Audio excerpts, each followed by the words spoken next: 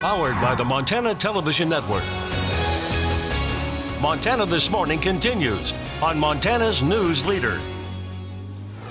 Investigations, inquiries, and impeachment debates. I'm Tom Hansen with more on the fallout over the Mueller report. Bozeman Public School Superintendent Rob Watson is moving to Missoula. I'm Cody Boyer with what's next. Good morning to you. It is 6:29 here on this Tuesday. I'm Missy O'Malley with Chet Lehman. Our top story for you. In his report released last week, Special Counsel Robert Mueller laid out 10 incidences where President Trump may have obstructed justice, but he left it up to Congress to decide what to do about it. As CBS's Tom Hansen reports, Democratic presidential candidates are now weighing in. As Democrats debate impeachment in the wake of the Mueller report, President Trump, while at the White House Easter celebration, said he's not worried. At a CNN town hall last night, Congress should take the steps towards impeachment. Democratic presidential candidates were split. Going right into the heart of the election. All that the Congress is talking about is impeaching Trump and Trump and Mueller. What I worry about is that works to Trump's advantage. Meanwhile, House Democrats are moving forward with their own investigations, and Speaker Nancy Pelosi wants her party to let those play out, writing, "The facts regarding holding the president accountable can be gained outside of impeachment hearings." Yesterday, Judiciary Committee Chairman Jerry Nadler issued the latest subpoena, this one for former White House counsel Don McGahn, to ask him about President Trump's alleged attempts to stop the special counsel's investigation. According to the report, though, McGahn refused the president's request. President Trump pushed back against those claims, and many of his Republican allies in Congress say it's time for Democrats to move on. That they're not more worried about what's in the report, they're more worried about actually scoring political points and taking something that this is not anymore. The subpoena to McGahn orders him to testify before the House Judiciary Committee on May 21st. Tom Hansen, CBS News. Now, another investigation by Democrats to gain access to the president's financial records hit a roadblock yesterday. Lawyers for President Trump filed a lawsuit to block a subpoena by the House Oversight Committee. The lawsuit called the subpoena invalid and unenforceable. Certainly more to follow on that. As you always say. As I always say. As you always say. Matt joins us now. We were saying yesterday a little bit more frosty for some. This morning a lot more pleasant. At least overall. Temperatures are a little on the cool side in West Yellowstone, cooler than it was yesterday, but most of us into the 40s this morning. It's been a beautiful morning. Whitehall, we're getting a report of 49 degrees. It's going to be a beautiful afternoon along with the warm up. We're also talking wind and probably some cloud covers. We'll probably see a few spotty showers in the area today, but we have a cool weekend ahead. I'm going to break down your complete forecast in just a few minutes. Thank you for that. It is now 6:32. There was a brief scare in Bozeman last night as search crews tried to locate a missing 8-year-old girl. Child couldn't be found after boarding a bus at Longfellow Elementary School. According to the Gallatin County Sheriff's Captain Don Peterson, at first police thought the girl from Longfellow Elementary didn't make the bus transfer at Bozeman High School. Once police got confirmation that the girl did make the bus transfer, search and rescue then went to Highlight Elementary School at the Cascade and Sanders bus stops. But just before officers started a search with scent dogs and search and rescue members, the girl was found on North 22nd Street. Police say she had gotten off at a different stop. The girl quickly reunited with her mother and is reported now as safe. You can imagine how much of a fright that would be just to get all discombobulated. In other news, with the school year coming to a close, Bozeman Public Schools will soon be without Superintendent Rob Watson. As we reported last week, Dr. Watson accepted a role as Missoula Public School Superintendent. Now the Bozeman School Board preparing to look for someone to fill the empty spot. TN's Cody Boyer met with the school board chair to explain what happens next. Right now, Bozeman Public School Superintendent Rob Watson works and serves about 7,000 students, and that's just in Bozeman alone. Moving to Missoula, he'll be working with about 9,000. The school board says he is well versed for that job, but he will be missed.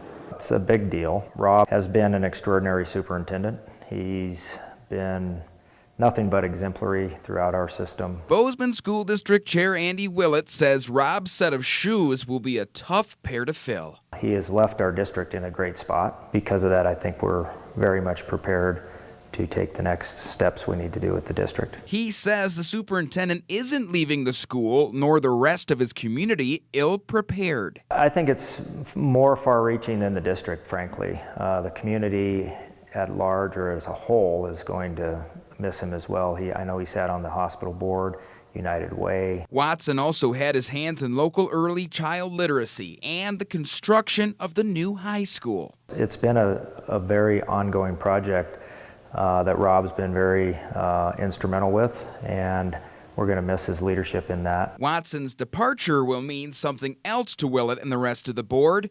What happens now? We're probably going to take a two-track approach, look at an interim type position, as well as go out and see what we can find. Willett says tonight the board will decide whether to call upon the Montana School Board Association or work with an interim. As for the current staff, he repeats, we're not scrambling to catch up to get to a good spot. We're at a great spot. And knows Watson will take his skills with him when he goes. We wish him the best of luck, for sure. They're getting a superstar. Watson told me although he has accepted those pending contract negotiations, he cannot talk with us yet until the terms of those negotiations are set in stone. In Bozeman, Cody Boyer, MTN News. Now, Willett went on to say the board hopes to have at least an interim superintendent by June 1st, which, by the way, is the first day of the next administrative school year. He will be missed.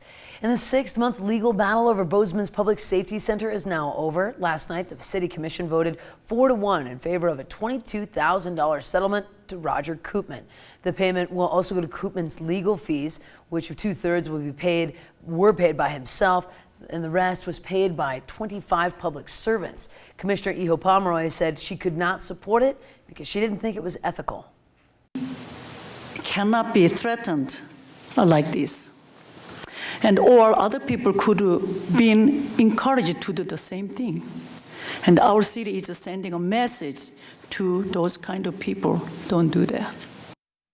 Now, Koopman did agree to the settlement, but said he was upset that the city is saying it didn't do anything wrong. So I just had to say, I mean, if that kind of a tone and if that kind of an attitude was present in our original negotiating meetings, I would have ended the meeting. Because I'm not after being paid for my attorney's fees. That's not what's important to me. Now, Koopman says this won't be the end of him fighting against this, and he could even plan on setting up a defense fund to fight legal battles like this across the state. Now, that with the settlement will be finalized so that the city can start working on the Public Safety Center immediately. Delays to that project could have cost the city taxpayers tens of thousands of dollars for each month that the construction was delayed. In other headlines, Northwestern Energy has announced it's replacing 43,000 high-pressure sodium streetlights with LED lights across Montana. Northwestern says the company is working with Four Corners Recycling in Bozeman and has recycled nearly 2,500 lights so far. Streetlights in Billings and Helena are being replaced currently, but Butte, Bozeman, Missoula, and Havre are next in line. Each city scheduled for the switch over to LED lights next year, with Great Falls slated for streetlight replacement and recycling in 2021. Northwestern Energy says the streetlight project will cost $120,000 total, or about $2.90 a fixture. And the Stokes Market grocery store in Butte will close by the end of May. Store management says that it plans to close the grocery store and then expand it to its adjacent True Value hardware store, double its size. Stokes Market, which sits on Harrison Avenue, first opened back in March of 2015. The store will begin liquidation sales on May 1st. Also, one man is in jail after he ran his SUV into a city pond over the weekend. These photos taken near a neighborhood known as The Lakes, just west of downtown Bozeman, near West Babcock and Durston. The Gallatin County Sheriff's Office, along with the Gallatin County Tactical Dive Team, Search and Rescue, and Bozeman City Police, responded to a call early Sunday morning about a car found underwater. No injuries were reported with the case. That driver was charged with careless driving. And Governor Steve Bullock has vetoed 3 bills, including a Republican proposal to exempt more Social Security income from state income taxes. Montana couples earning up to $32,000 a year generally pay no state income taxes on their Social Security benefits. Senate Bill 217, sponsored by Senator David Howard of Park City, would have raised that threshold to about $60,000. Governor Bullock said the tax cut would cost the state treasury $36 million over the next 2 years and jeopardize critical services for all Montanans, including low-income citizens.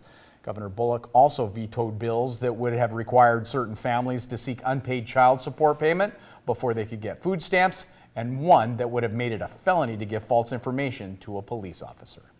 And after years of work to implement Real ID licenses and ID cards, Montana has now officially compliant with the Real ID Act of 2005. Federal officials made the announcement yesterday. Montana now, up to that point, had relied on extensions as it put infrastructure in place to handle the new IDs. Montana Vehicle Department began issuing them back in January. The switch to Real ID is voluntary, but without one, after October 1st of 2020, you will not be able to board domestic flights or enter federal facilities unless you have a passport. In a news release, MVD Administrator Sarah Garcia said the formal notice of compliance is great news for Montana.